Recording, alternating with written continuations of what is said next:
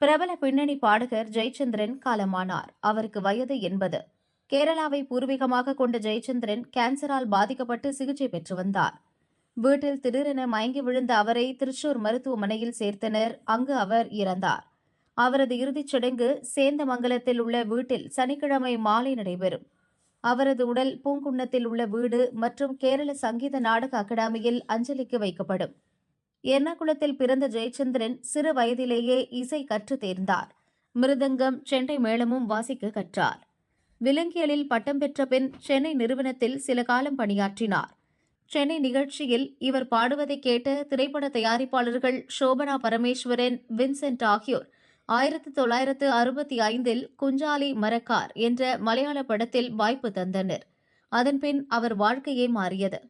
இசைத்துறையில் கோலோச்சிய ஜெயச்சந்திரன் தமிழ், தெலுங்கு, மலையாளம், கன்னடம், இந்தி உள்ளிட்ட மொழிகளில் 16,000க்கும் மேற்பட்ட பாடல்கள் பாடியுள்ளார்.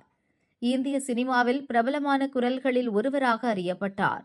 தமிழில் ராசாத்தி உன்ன காணாத நெஞ்சு, தாலாட்டுதே வானம், கவிதை அரங்கேறும் நேரம், காளிதாசன், கண்ணதாசன், காத்திருந்து காத்திருந்து உள்ளிட்ட பல ஹிட் பாடல்களை பாடியுள்ளார். சிறந்த பின்னணி பாடகருக்கான தேசிய திரைப்பட விருது வென்றார். 5 முறை கேரள மாநில திரைப்பட விருது பெற்றார். மலையாள சினிமாவின் மிக உயரிய விருதான ஜேசி டேனியல் விருதும் வென்றார். 4 முறை தமிழக மாநில விருது, கலைமாமணி விருது வென்றார்.